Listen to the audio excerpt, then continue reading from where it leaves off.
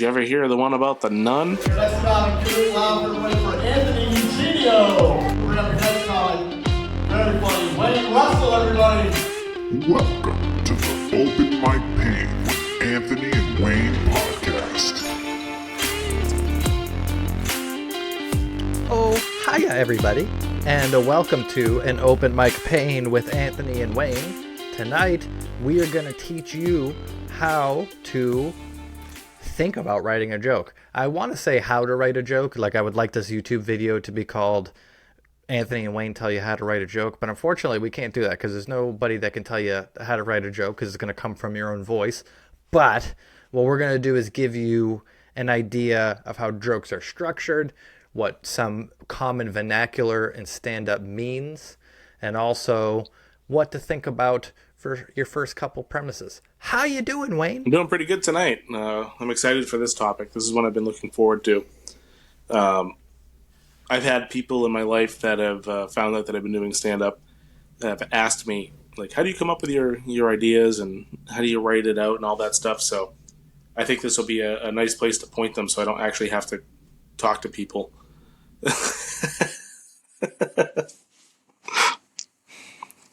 So we are going to teach you guys tonight how to start with vernacular in the stand-up scene so you know how a bit works as far as when we say bit.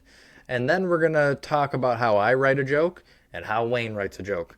So first, let's talk about a joke itself, right? So normally in its most basic essence, a joke starts with a premise.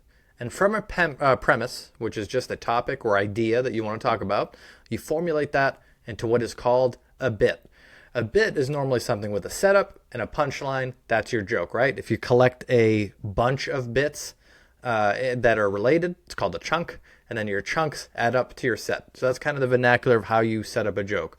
Now, not all jokes are set up punchline. Those are some of my favorites, obviously. I like quick bits. Stephen Wright, I like him a lot and his style of comedy.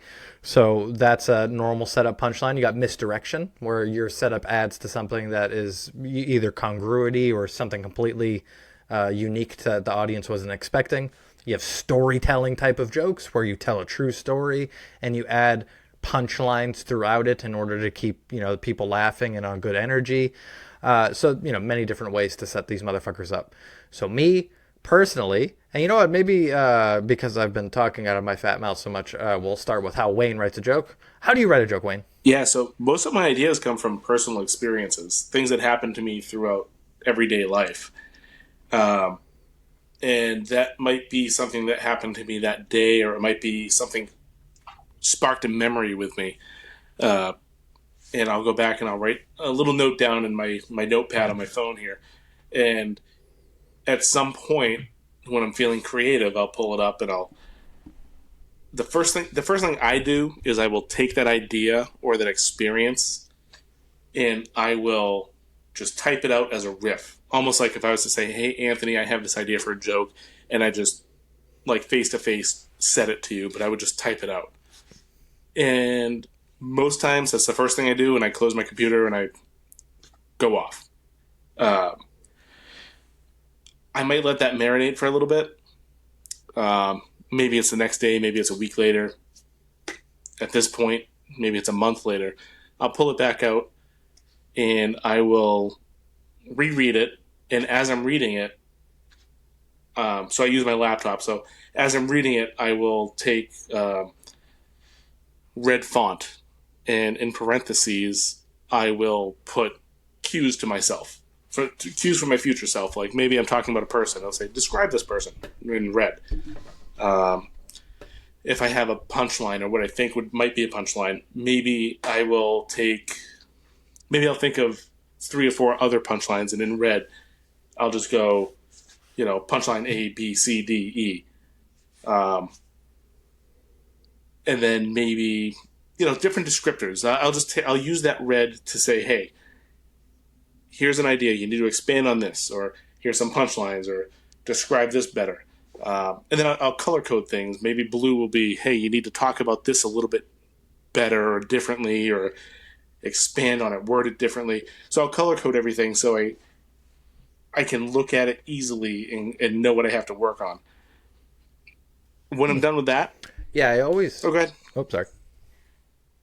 Yeah, I always wanted to tell you, but I never get to remember it. Is I think that your style of writing would be great for like late night monologue style writing, like the writers that write for those shows that are able to give a premise and like 6 different punchline options for the host to pick from and all that kind of stuff. I think you're very good at that. I'm very different on how I write. I can't write like that, and jealous because having all those options is nice. You know, there's no right way to do it. That's just the way that I found that works for me when I'm trying to figure out how to make something work. But yeah, that'll be my second night with that. And then I'll close the laptop. And then X amount of time down the line, I'll pull the laptop back out and I'll go back to that joke and I will see all my notes. I'll reread it. Reread it. And as I'm rereading it, I will see all my notes. And I will stop at every single one of those and I will say, okay, I told myself I need better descriptions here. So then I'll do the same thing. I'll do parentheses in the red text and say, hey, this lady was, whatever, morbidly obese and a pink shirt with holes in it. Or this lady, looked like she took one too many backhands or whatever. And I'll just put a bunch of descriptors in. Right. And then I'll go to the next one. And then I'll take that note from my previous self and say, okay, I need to elaborate on this particular thing. And I just continue doing that over and over again. And as I find things that I like in the joke, I'll start highlighting it. So if I have 6 different punchlines, I'll highlight the one that I like the most. So when I'm practicing it, I can say, okay, this is the one that I was really focused on. And I just keep doing that over and over again until it becomes less and less red and less blue and green notes. And when it finally becomes mostly black text, I go, okay, I guess I'll put that off to the side and I'll try that. Oh, well, there you go. So that's how Wayne writes jokes. And hey, it's a process and it's a refinement down to the art of getting it to your perfect joke. It's almost like distilling. If you know anything about distilling, right? You're taking a little bit out over and over again and just getting it to the most pure form that you possibly can.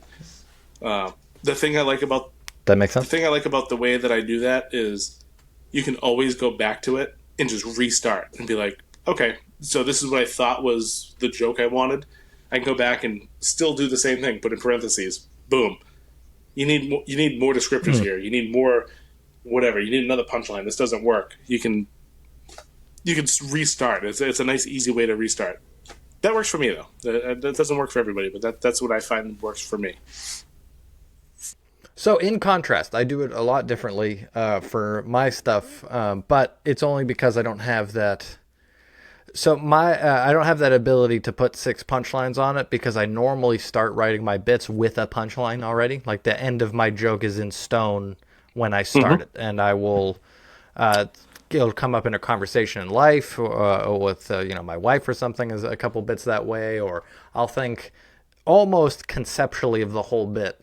And then I'm writing it down almost exactly how it goes on stage in my notebook, and that's just what I try in my head. And then from practicing it on stage or in the car or something, I'll just get little avenues to go. Maybe I'll be like, that kind of works with another bit that I have, and I'll combine a couple of them. But I'm very much not a refiner in the objective sense of the joke. For foundationally, the joke is foundationally when I write it, if it's good enough to come out there, I know that that's going to be the basic premise that I go on stage with. It's almost like I can't sit down and tap into creativity. It has to be like a random, I open myself to the creativity and a random event will trigger a whole joke. And I'm like, it's a whole thing. Got it. And I'll write that down. And, I know later I'm hopefully going to get to the point where I can just, I think a premise is funny and I go, I'll riff that. And I'll go on stage and just riff off of a premise and record it and, distill it that way. That's how I know a lot of famous comedians do their writing, especially when they can do that on stage in 15-minute chunks that people aren't worried about tight comedy because they're writing on there. For us, when we get on stage, that's our 5 minutes for the week. So we really want to make sure that we've practiced it and we're ready to go. So that's why I like to practice a bit more on getting the foundational ready before I get on stage. Yeah, that's a conversation for a different topic, but we've talked about doing multiple mics in a week, um, and I think that'll really change the way I write when that happens. Yeah, definitely, because you got your staples that you do every week, and then like you were saying, you can try all new sets on your second set of the week or something. Yeah. So when you're trying to put all your stuff together, do you share your bits with anybody? Do you go to your wife and say, "Hey, what do you think about this?" Yeah, I'll talk to like you, of course. Talk to the wife. Normally, if I'm at my work and I'm working with somebody, and some of them know I do stand up, some of them don't. But the ones that know do stand up, I'm like, "You think this avenue of an premise is funny?" And a lot of the time, I'll just give them a punchline of a joke I'm working on or something like that. Like, for instance, I mentioned in our last episode a joke I'm working on called Ghost Socks. Mm-hmm. So that is a perfect representation of I have a punchline of what I want to convey in the joke, and then I got to just figure out how to work my way into it. And that's why, again, conceptually, that joke is already all the way. There's no other punchline I can add to the end of it. I know how it's ending. So I have to just, as funny as possible, lead myself Mm-hmm. there. Sperm whale joke I mentioned last week. Again, that's going to have an ending the same way every time because foundationally there is a punchline the whole bit was based off of.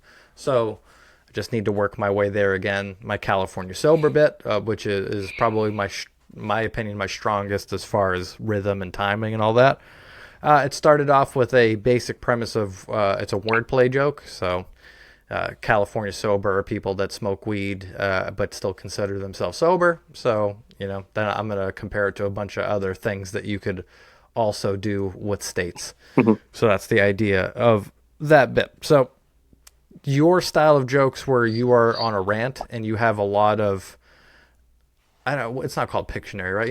Oh yeah, ad lib, where you can ad lib a little bit because you have a rant that you're on, but your avenues of punchlines could be completely different, all over the place, and that's a cool way to write. That works for me because I watch you on stage and you are so good at. And I've said this before, and I'm going to keep saying it. When you go on stage, you are like pitch perfect with your wording, the way you say things. It almost feels like to the step, like on the stage, to the step. The second you touch the microphone stand, the second you switch it, you're almost like a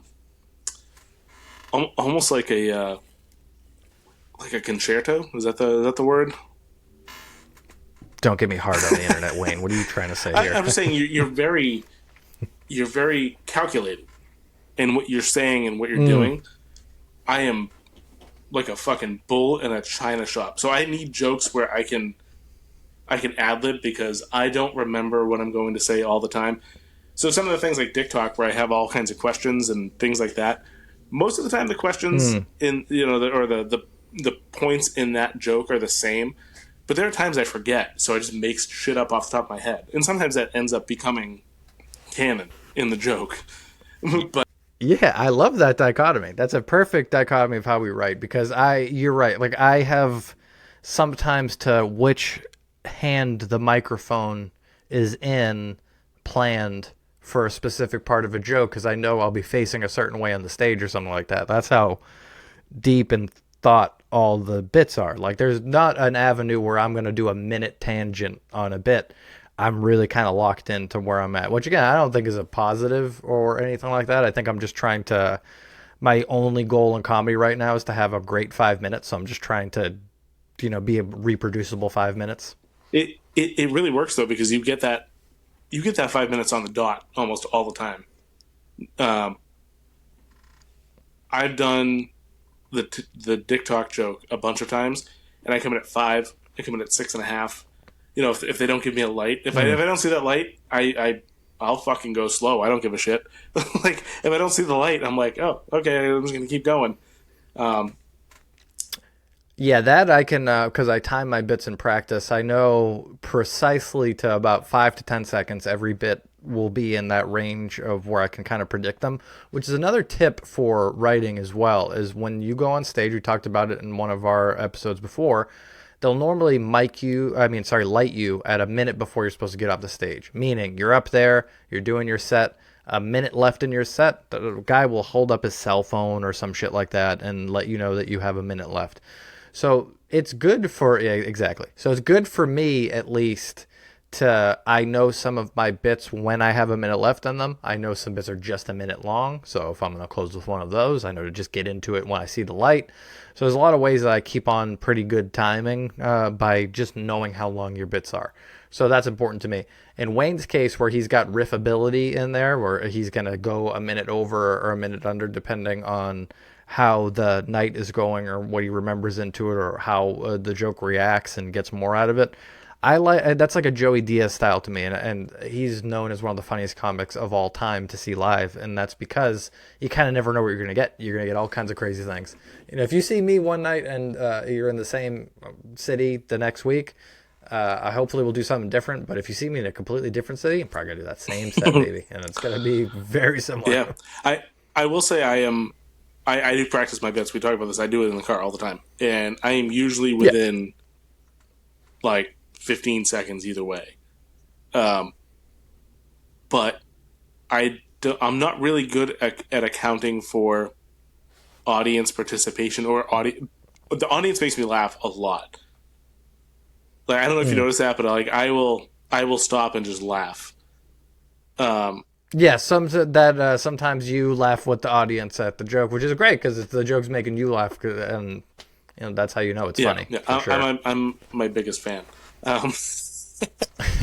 My wife's her biggest fan too. I joke about it all the time. Whenever she says a joke, she Ray Liotta laughs over the top of it, and that's how I know it's good.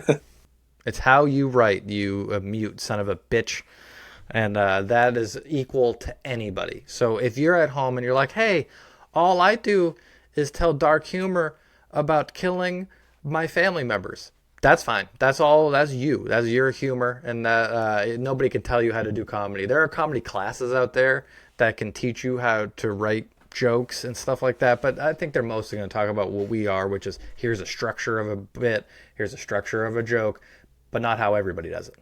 One thing I mentioned before is the joke doctor. I think it's Jeff Connolly. I said I was going to look it up in that episode, and I never did. I'm gonna try to start looking it up while I'm talking now. I do watch some of his things. I don't find him personally very funny, but a lot of the things that he says made a lot of sense, and I've utilized those when I'm trying to write jokes. So there are resources out there to try to enhance the way that you take an idea and turn it into something funny. You know what I mean? And there's a lot of good YouTube videos out there on how to take an idea and pick apart different parts of it. Like, like I said, that's kind of where I got the asking questions. I'll go through my jokes and I'll ask questions. What did this lady look like? What did the area look like? Whatever. Yep, that makes sense. There's a lot of good resources out there. Yeah, so I just looked his name up. It's actually Jerry Corley, and I highly recommend him. I've used a lot of his tactics. I listen to his videos while I'm driving, and I don't find him funny per se. Some of the things he says aren't what tickles my fancy, but I can see how people would find it humorous. But the joke writing ideas and tactics that he uses, I think, are very helpful, and I've utilized them, and it actually helped me a lot with Dick Talk. I use some of the things that he mentioned. Yeah, because again, the guy's a teacher more, so it's not. I would say it's to compare it to music a little bit. There's music theory, and then there's music, actually playing. And the guys who know the theory are the best teachers, and they can break down why a note's in a particular structure and any of that shit. But they're generally, it doesn't mean they're the best guitar players. My favorite guitar player of all time, I got a guitar lesson from him once, which was awesome. And I was like, what scale do you play in for this? And he's like, I don't pay attention to any of that shit. I just play what sounds good. I'm like, well, there you go. I know some of the times you're the best people out there. I bet if you talk to Dave Chappelle and you're like, tell me about congruity. He's just going to be like, hey, man, you just got to tell funny jokes. and, you know, you use that as a background to enhance your bits and all that. And it's so useful. And that's why those are great teachers, but not necessarily need to be completely funny people in order to get that bit across. Oh, 100%. And I'm going to go back a little bit because you struck a memory with me. Completely off topic, but Dave Grohl, right? Yeah. He's drummer for Nirvana, right? Yeah, now sings for the Foo Fighters. Sings for the Foo Fighters and Everlong.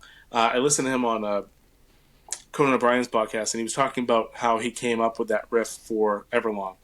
Oh, I love that guitar riff. It's one of my favorites. It's so good. Do you know how he did it? He said it's basically a drum. It's a drum beat. His drum pattern. I'm not a musician, so I don't know how to say it. But he's like, I'm a drummer, and I just picked up a guitar. You know, he plays guitar or whatever, but he basically took what he knew from drumming and applied it to guitar and came up with that. And it's he did. It's their most simple, iconic song. It is. Yeah, it's a simple yet beautiful riff. That he's right. It's almost like if a drummer played guitar, which is exactly what he did there. Yep. But yeah, I don't know where we're going from there because I don't know. I don't know. It was just something interesting that I thought was awesome. I love me some Dave Grohl. It was good. Good song. But I had asked you about whether or not you shared your jokes with people to see if they were funny. I never answered that myself. I do. I run them by my wife, but she'll tell you that she doesn't find me funny. Her sense of humor is not. She will tell you that. You don't even have to ask. She will tell you that. You don't have to ask. It's actually, when we go to parties, that's the first thing. This is my husband, Wayne. I don't find her funny. I find him funny. I think there's a couple signs in your house that say my son of a bitch, stupid husband is not funny at all. Yep, there are. Yep. But I will run them by her once in a while, and if I get like a smirk out of her, I know that I'm like onto something. But for the most part, I'll throw them out there at work. I'll turn my jokes into like old man jokes. Have you ever been approached by an old man? And he's like, "Hey, did you ever hear the one about the nun?" And you're like, "What the fuck are you talking about?" Yeah, and they tell you some stupid-ass joke. Yes, I'm going to quick aside right now because this is a great story on my end. So there's a delivery driver who comes to my work, and he's fantastic. And anyways, he tells really weird one-line, sometimes inappropriate jokes when he delivers the thing he's going to deliver to us every week. He's like, "Hey, you ever heard of the nun that likes to get come on by black dudes?" And you're like, "What?" But like he'll do that out of nowhere, and I always am very obviously is what you would call a terrible comic. So I love hearing those bits, and I'll always take the guy I'm working with and be like, "Oh, hey man, tell him the joke you told me last week," and I'll get all my employees into that terrible range where they have to listen to him. But he came in one day and he's like, I got suspended. I won't be here next week. I'm like, "Oh, what happened?" He's like, "Oh, I went to a place and I said one of my jokes to the receptionist at the desk, and she didn't laugh, but I thought everything was okay. And then when I got back to work, they told me that was not okay." The joke that I told them. Like, oh, poor guy. But yeah, that's what happens when you tell jokes at work sometimes. So be careful, especially your shit. Yeah. Well, my work is very supportive of my new hobby, so They are. They seem like a people that could take a joke. They can. But yeah, I won't tell them what I'm doing. Sometimes I will. Sometimes I'll text them randomly because whatever. I'll drink a couple beers and I'll be like, "Hey, Brian, what do you think about this? Is this funny to you?" And he'll be like, "No, not at all." I'm like, "Well, I'm gonna do it anyways." That's what I like about because obviously we give each other jokes and ask each other's opinion, because there's no better opinion for your bit than another comic, because we got a little bit more insight to how the sausage is made. And sometimes you'll say a bit and I'll be like, "I don't see the funny of that," and you're like, "Well, fuck you, I'm gonna try it." I love that about you. You're willing to try it. I was just gonna say that the fun thing about me and you is most of the times we're really kosher about it. We're like, I don't know. But occasionally one of us is in that mood where it's just like, don't fucking say that. Like, Yeah, you called me you out on got it. nothing. I don't know if you remember. I don't know what I said to you, but you asked me about a joke and I said something to you. And then the next morning I woke up to a text like, hey, here's another joke. And please don't degrade me like you did last night or something. I forget what you said, but I don't remember that. I'll have to go back and look it up. But I said something to you that must have upset you because you had mentioned it the next day, like, "Hey, don't be a dickhead." I was really excited about that. No. Yes, Oh you yeah, did. yeah. I remember that. I don't know what I said, but it must have been bad. But Oh, I can't. This was a late one, I remember, and I think it was California Sober, by the fucking way. And I think I was sending out the original manuscript to that joke. And I'm like, I'm really excited about this bit. I think I got one I can close with. And then you said a bunch of not bad things, but you were just giving harsher criticism on it, and I had awoken to it because I fell asleep. So I woke up from sleep and I'm like, I was still giggling about that joke in my dreams. And I woke up and looked, and I just put a fucking front. I was like, oh, is it not fun? What a bitch. But again, you know what's because a lot of the time when we send each other bits, we're sending it in text form or something like that. And we don't really know how the other one's going to perform it. So sometimes when you describe a bit, it's not funny. But when you see it performed live, it's hilarious. yeah, that is very true. We started off with like a shared Google Drive where we would just put stuff in, and every day we would look at it and see if it was updated. That went away very fast. It was a lot of work. Yeah, I still do mine. Do you? I don't do. I haven't done mine in like 2 months. Yeah, my joke book is all my jokes are segmented with their title of the joke that's underlined and then the joke underneath. That way I can kind of cut and paste them throughout a whole joke book era. But yeah, I use that a lot. I need that. I use it, but I just don't. I don't update the shared one. Oh yeah, I only use the shared one. That's the only reason. So why what I've been happens. doing is I will I'll take the different bits that I have that I really want to work on, and I have my main joke book that has everything, and then the ones I want to work on, I make a separate Word file for that one particular joke.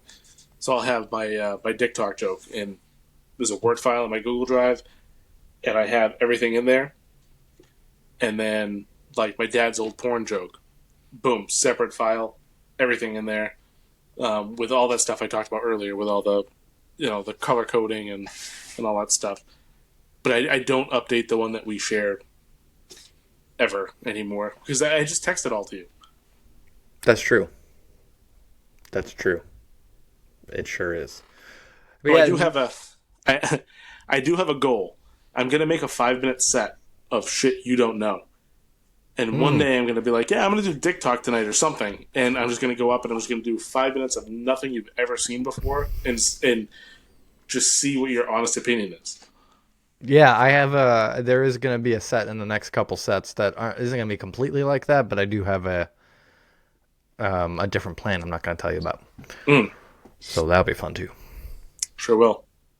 Well, okay, sons of bitches. I think we've rambled enough about how we write comedy, and so obviously you need to know that we're the best people in the entire world of comedy, so you need to listen to us, or we're some of the worst, and you should take what we say with a grain of salt. It's only one of those two options. I think either a few months or a year or whatever down the road, this will probably be a recurring topic because I think the way we write is going to change because, like we said, we're only a couple months in. And the way I write now is way different than the way I wrote 2 months ago or Sure. 3 months ago. So, I mean, this might be a recurring topic where we come up with like, hey, how do you do it now?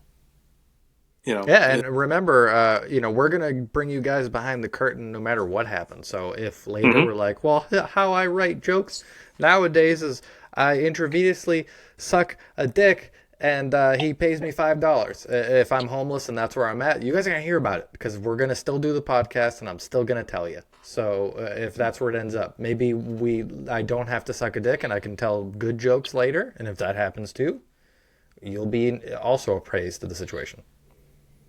Yeah. Yeah. There we go. All right. So do you want me to?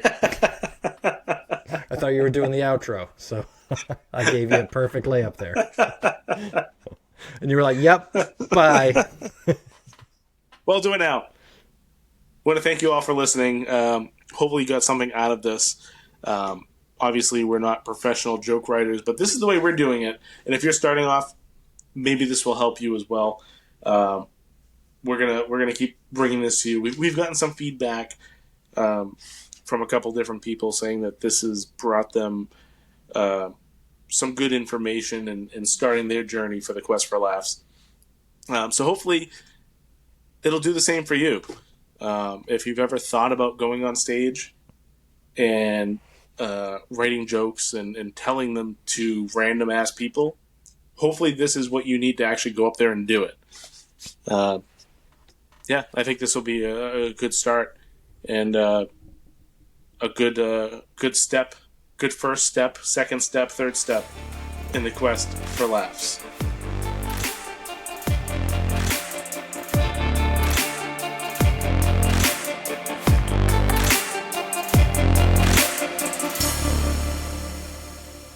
There you go. You finally did the Quest for Laughs. That was your first one, I think.